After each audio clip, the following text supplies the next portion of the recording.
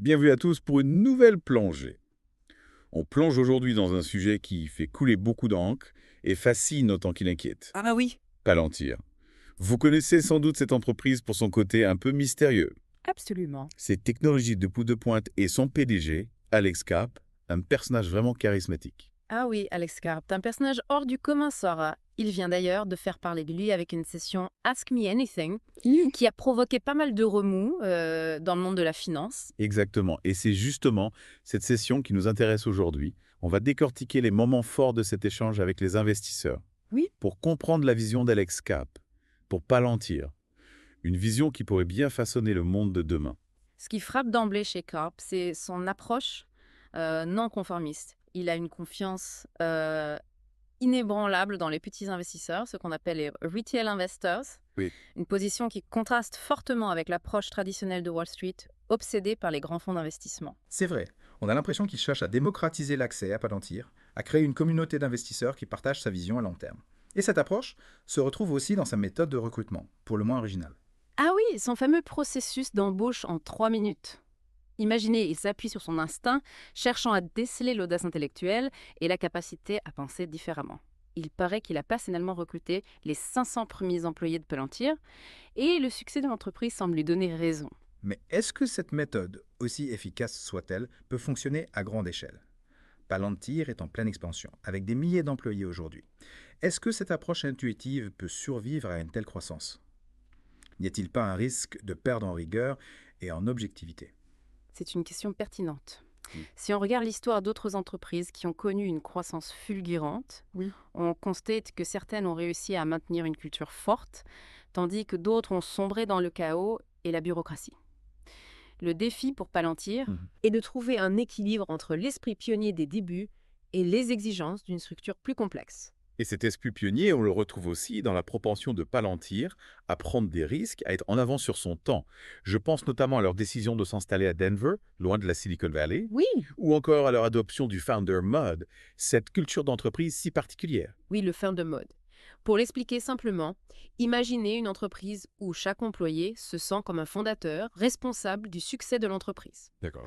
C'est une culture qui encourage la prise d'initiative, l'audace et la vision à long terme. Et on peut dire que ces décisions, jugées audacieuses à l'époque, Oui. se révèlent aujourd'hui visionnaires. Absolument. Palantir a anticipé des tendances qui sont devenues incontournables, comme le besoin de diversifier géographiquement les pôles technologiques et l'importance de cultiver un esprit entrepreneurial au sein des grandes entreprises. Mais cette capacité à anticiper l'avenir a un prix, celui du risque. Comment Palantir gère-t-il ce risque inhérent à son approche audacieuse? C'est là que le leadership de Carp entre en jeu. Oui, Il faut un leader charismatique et inspirant pour encourager la prise de risque, tout en créant un cadre qui permet de canaliser cette énergie et de minimiser les dangers. Et Carp, avec son style flamboyant et sa vision à long terme, semble parfaitement incarner ce rôle. parlons maintenant des relations parfois tendues entre Palantir et Wall Street.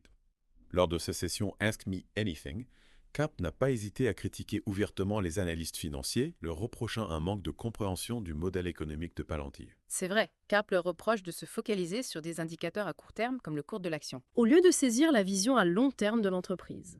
Il y a sans doute du vrai dans ces propos, mais on peut se demander si cette critique ne révèle pas aussi une certaine frustration face à la volatilité du marché et la difficulté de convaincre les investisseurs traditionnels de la valeur de Palantir. Oui, on peut se demander si les méthodes d'analyse traditionnelles sont encore adaptées à des entreprises comme Palantir, qui opèrent dans des secteurs complexes et innovants comme la cybersécurité et l'intelligence artificielle. C'est une question cruciale pour les investisseurs. Doit-on se fier aveuglément aux analyses des experts financiers? Oui. Ou est-il nécessaire de creuser davantage, de mener ses propres recherches pour comprendre les fondamentaux d'entreprise? C'est un vrai dilemme, car l'information est abondante, mais souvent contradictoire. Et en parlant d'innovation et de vision à long terme, impossible de passer à côté du message percutant que Karp a adressé à l'Allemagne, et ce, en allemand, pour bien marquer les esprits.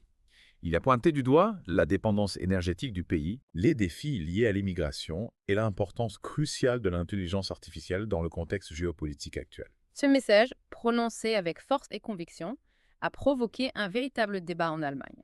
Certains ont salué le courage de Karp de briser un certain tabou, tandis que d'autres ont critiqué son ton et ses analyses. Ce qui est certain, c'est que Karp a mis le doigt sur des questions sensibles et a lancé un défi à l'Allemagne. celui de se réveiller face aux enjeux du XXe siècle. Karp perçoit l'intelligence artificielle comme un enjeu géopolitique majeur. Absolument. Et il craint que l'Europe, et l'Allemagne en particulier, ne se fassent distancer par les États-Unis et la Chine si elles n'accélèrent pas leurs efforts dans ce domaine. C'est un cri d'alarme, un appel à l'action. Et ce message prend une dimension encore plus importante quand on le replace dans le contexte géopolitique actuel. Oui. La montée en puissance de la Chine, les tensions internationales croissantes, tout cela crée un climat d'incertitude et de compétition accrue. L'intelligence artificielle devient un enjeu stratégique de premier ordre. Et les pays qui prendront du retard risquent de se retrouver marginalisés. C'est dans ce contexte tendu que s'inscrit la vision ambitieuse d'Alex Karp pour Palantir. Il aspire à faire de l'entreprise la pierre angulaire de la sécurité et du développement technologique des alliés des États-Unis pour les 100 prochaines années. C'est une ambition colossale qui témoigne de la confiance de Karp dans le potentiel de son entreprise et dans le rôle crucial de la technologie dans le monde de demain. Absolument. Et il est passionnant de se demander si cette vision se réalisera. Oui. Les obstacles sont nombreux, les défis immenses. Mais une chose est certaine, Palantir, sous la direction de Karp, ne manque ni d'ambition ni d'audace. Et cette audace, on la retrouve aussi chez une autre figure emblématique du monde de la technologie. Elon Musk. Karp et Musk partagent une vision similaire de l'avenir, une vision où l'intelligence artificielle joue un rôle central. Imaginez un instant ce que pourrait donner une collaboration entre ces deux esprits brillants et non conformistes. Ce serait une alliance extraordinaire, capable de bouleverser l'industrie technologique et de redéfinir les rapports de force sur la scène internationale. Bien sûr, ce n'est qu'une hypothèse. Mais elle illustre parfaitement le potentiel immense de l'intelligence artificielle et les enjeux colossaux qui se dessinent à l'horizon. Voilà qui conclut la première partie de notre analyse de Ask Me Anything d'Alex Karp. On a exploré sa vision du rôle des investisseurs, son approche du recrutement, sa capacité à anticiper les tendances, ses critiques envers Wall Street, son message percutant à l'Allemagne et sa vision ambitieuse pour l'avenir de Palantir. On a aussi mis en lumière les points communs fascinants entre Karp et Elon Musk, ouvrant la porte à des spéculations sur une potentielle collaboration entre ces deux géants de la technologie. On se retrouve très bientôt pour la deuxième partie de notre analyse. D'ici là, je vous invite à réfléchir à une question cruciale. Palantir peut-il réellement devenir la clé de voûte de la sécurité et du progrès technologique de l'Occident au cours du siècle à venir? Et quel rôle des investisseurs individuels comme vous pourraient-ils jouer dans cette histoire qui s'écrit sous nos yeux? À très vite pour la suite de notre plongée dans l'univers fascinant de Palantir. Reprenons notre analyse de l'AMA d'Alex Karp. On parlait du Founder Mode tout à l'heure. Oui. Eh bien, Karpi accorde une importance capitale. Pour lui, c'est bien plus qu'un simple slogan. C'est vraiment la clé de voûte de la culture de Palantir. Oui, cette idée que chaque employé, quel que soit son poste, doit se comporter comme un fondateur, avec le même sens des responsabilités. Oui. La même vision à long terme. Exactement. C'est assez radical comme approche. Mais est-ce que c'est vraiment viable sur le long terme? Peut-être futur encore. Palantir compte aujourd'hui des milliers d'employés. Oui. Est-ce que ce sentiment d'appartenance, cet esprit pionnier, peut survivre à une telle croissance? C'est une question légitime. Oui. Maintenir une culture d'entreprise aussi forte dans une structure qui grandit aussi rapidement, c'est un défi de taille. Oui. Mais force est de constater que Palantir a réussi, jusqu'à présent, à préserver cet esprit Founder Mode. D'ailleurs, on le retrouve dans leur manière d'aborder les défis technologiques. C'est vrai. Karp a insisté sur le fait que Palantir ne développe pas des technologies pour suivre les modes ou pour faire du profit à tout prix. Leur objectif, c'est de répondre à des besoins concrets, notamment dans le domaine de la sécurité et de la défense. Exactement. Ils ne créent pas des gadgets technologiques, mais des solutions robustes à des problèmes complexes. Et pour y parvenir, ils s'appuient sur des technologies de pointe, comme l'intelligence artificielle et l'analyse de données massives. Ils sont capables de traiter des volumes d'informations colossaux et d'en extraire des informations précieuses pour leurs clients. Et c'est ce qui les distingue de beaucoup d'autres entreprises technologiques. Oui. Alors que beaucoup se focalisent sur le marché grand public. Oui, c'est vrai. Palantir a choisi de travailler avec des gouvernements et des organisations qui font face à des enjeux de sécurité nationale. Oui, c'est un positionnement stratégique audacieux qui les expose évidemment à des critiques, notamment en ce qui concerne l'utilisation de leur technologie à des fins de surveillance. Mais il est indéniable que Palantir a joué un rôle crucial dans la lutte contre le terrorisme et la criminalité organisée. Bien sûr, l'utilisation de technologies aussi puissantes soulève des questions éthiques complexes. Bien sûr. Mais il est important de rappeler que ces technologies ont permis de sauver des vies, Oui. de démanteler des réseaux criminels, de protéger des infrastructures critiques. C'est un aspect qu'on ne peut pas ignorer quand on évalue l'impact de Palantir sur le monde. Absolument. Et d'ailleurs, Karp a abordé ces questions éthiques lors de sa session Ask Me Anything. Oui. Il a affirmé que Palantir est conscient de la puissance de ces technologies et qu'il s'engage à les utiliser de manière responsable, en respectant les lois et les valeurs démocratiques. C'est un message important, car il est essentiel que les entreprises technologiques, surtout celles qui détiennent des technologies aussi puissantes, Fasse preuve de transparence et de responsabilité.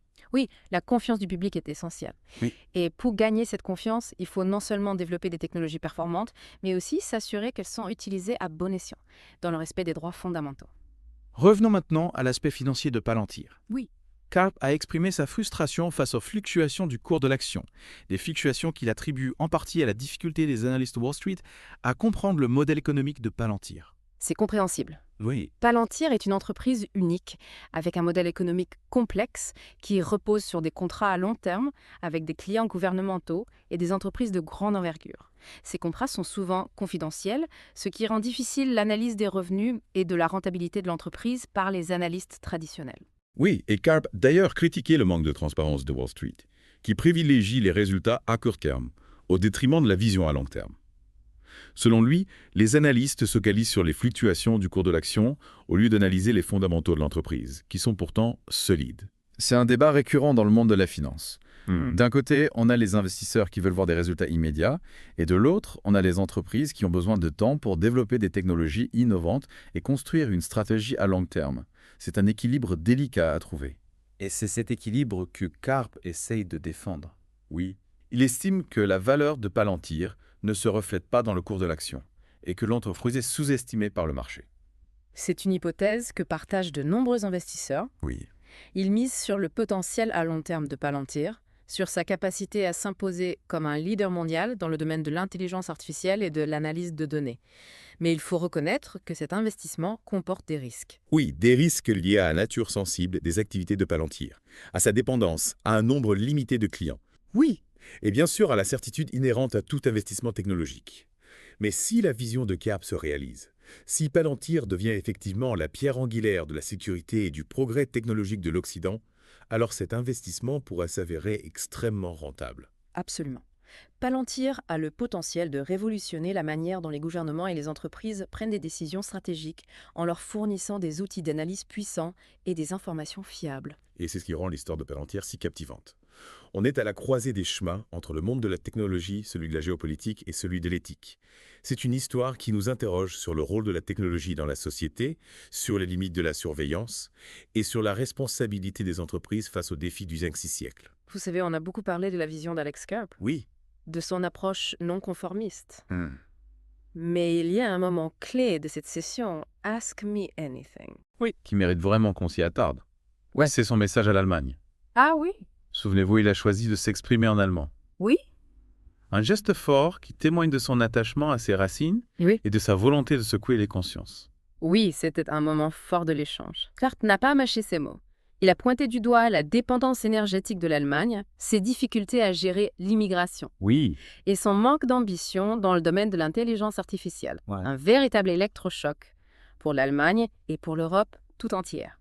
Ce qui est intéressant, c'est que Karp ne se contente pas de critiquer. Il propose aussi des solutions concrètes. Oui. Il appelle l'Allemagne à investir massivement dans l'intelligence artificielle, Oui. à développer une véritable souveraineté technologique D'accord. et à prendre conscience des enjeux géopolitiques du XXe siècle.